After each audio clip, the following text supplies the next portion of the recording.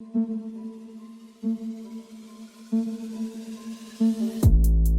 what up guys, I'm Sammy and welcome back to the Soul Brothers channel, and today I'm going to be doing a versus video between the Nike LeBron 18 and the Air Jordan 35. So surprisingly, a lot of you guys requested this versus video. I guess they are top tier shoes as far as price goes. The LeBron 18 is going for a whopping $200 and the Jordan 35 is going for a whopping $180. So yeah, super expensive shoes. If you guys do want to cop, I'll leave a link in the description box. But let's get started off with the Tracciones.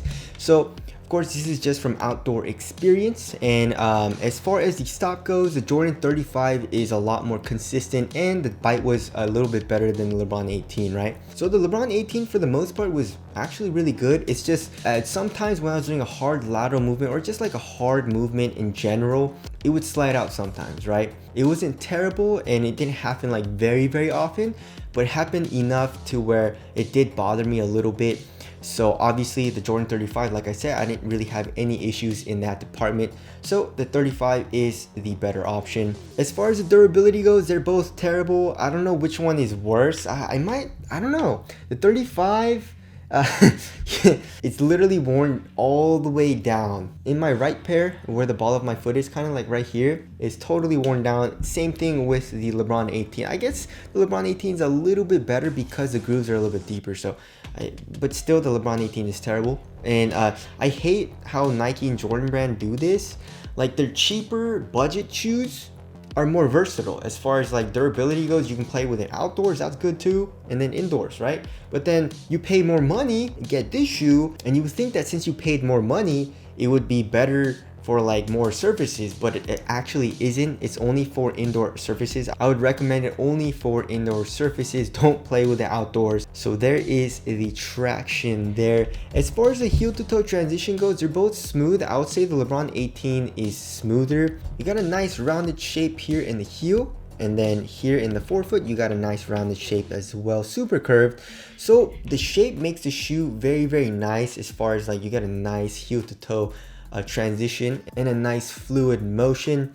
As far as the forefoot flex goes, the LeBron 18 flexes a good amount. You got to put a little bit of pressure in there, but it still flexes. The Jordan 35, it's a little bit harder, right? It still flexes, but you know, it's harder than the LeBron 18, and the LeBron 18 has insane heel compression, which also helps just make that overall heel to toe transition feel a little bit smoother. So like when you're jogging or just doing heel dominant strides down the court, it just feels a little bit better and smoother in the LeBron 18. Not saying the 35 is bad at all. I would actually argue that it makes you feel a little bit more springy because there is more rigidness, right? But anyways, you know, they both have that nice rounded shape. I would say if you want a little bit more springiness in your step, the 35 is a little bit better. If you want it to be a little bit more smooth, the LeBron 18 is better. All right, moving on to the cushioning setup. So the LeBron 18 uses full length cushion. It's an insane cushioning setup. Probably a little overkill, I would say, but you know, I'm so happy that they made it, right? So like I said, full length Cushlon midsole, an Air Max 270 unit here in the heel, and then a full length Zoom unit right underneath your foot. It's a super fun cushioning setup to play in. Very bouncy. It feels great. Impact protection is one of the best. It just feels like a mini trampoline right underneath your foot, you know? Of course, court feel isn't the best and stability isn't the best, but you know, we'll get to that in support and lockdown.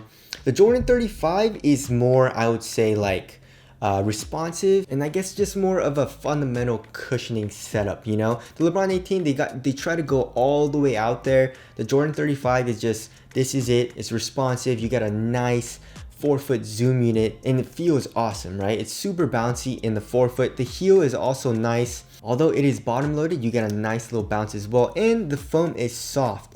Also, the court feel is better in the Jordan 35. Impact protection is still great in the 35, and you also get a bounce from the forefoot Zoom unit. I mean, to be honest, they're pretty different as far as the cushioning setup goes, right? So if you want ultra bouncy, you want that full length Zoom unit, and you want a trampoline feel here in the heel, then the LeBron 18 is the better option. Of course, like I said, if you don't mind the court feel being bad, then the LeBron 18 is not a bad option. I feel like for most people, the 35 would be the better option. You know, it's more responsive. You still get that bounce in the forefoot. It has better court feel, and impact protection is still good in the 35. So for me personally, I would pick the 35 as far as like an everyday shoe. The LeBron 18, like I said, is a super fun cushioning setup to play in. So I don't know, like I don't think I would play in it like every single day because it is pretty damn crazy, but I would still play in it because it is fun. All right, moving on to the materials.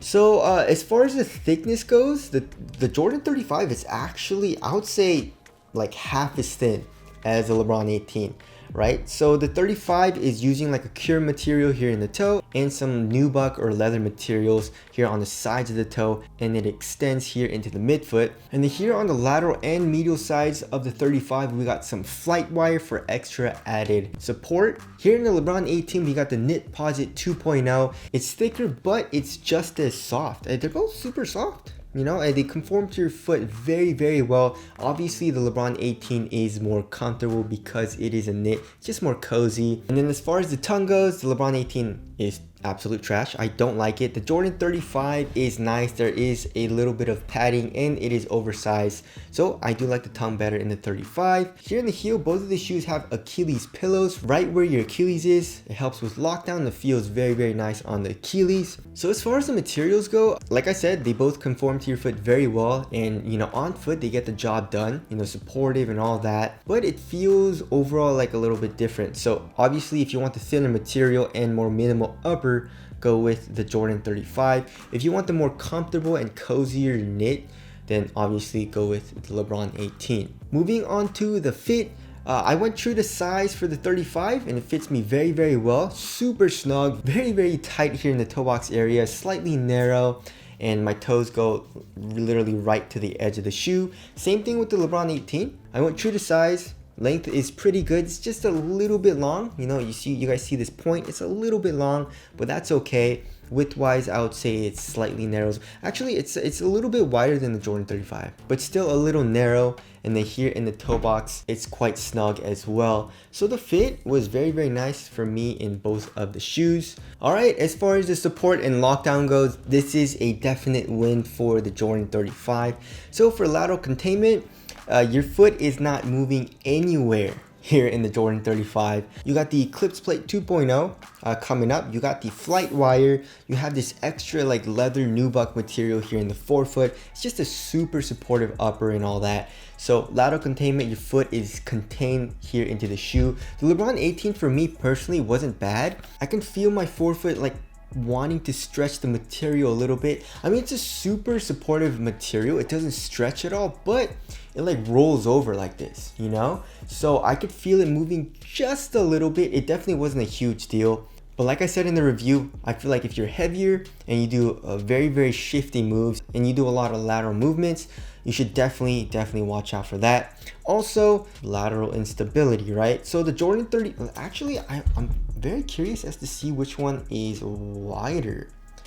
Interesting, they're both pretty similar. Maybe the Jordan 35 is a little bit wider, but oh wow, that's actually very interesting. So yeah, the width is pretty much the same, but obviously we have this crazy Air Max unit which compresses a lot, especially here on the lateral side. I mean, for me it wasn't terrible, but when I did land here, I guess kind of on my heel on the lateral side, it would compress a lot and it would feel very unstable, as opposed to the Jordan 35, which obviously doesn't do that. So just watch out for that. It does feel a little bit unstable because of the air unit in the LeBron 18. Also for ankle support, the Jordan 35 is better. It does come up higher on the ankle. One thing that annoys the hell out of me even still is this part right here. It's super pointy and it just digs into my Achilles. It feels super uncomfortable. I remedied that by not tightening the laces as much here on the last two eyelets. Obviously, you know, if I can, I would like to tighten it all the way, but I can't because of this. So if you do experience that, just like I said, don't tie your laces too tight. But yeah, if you've tried the Jordan 35, tell us down in the comment section below if you've experienced this. You know, I've asked some of my friends and they said this was uncomfortable as well, but I want to know what you guys think too. All right, moving on to the weight. Obviously, the Jordan 35 is going to be lighter. It's like 13 ounces. Yeah, 12.95 ounces. So basically 13 ounces, and this is like 15 point something ounces, right? 16? 15.73 ounces. That's a big weight difference. Obviously, yeah, the Jordan 35 feels a lot more minimal. It feels way lighter on foot. It's weird though. It doesn't look that much like lighter or heavier, right? All right, moving on to the ventilation. Both of these shoes are super hot. There's really no airflow throughout the entire shoe in both of the shoes, and your feet are gonna be very, very hot. So just watch out for that. Moving on to the aesthetics. I don't know, guys. I really like both of the shoes. I will have to tie it up.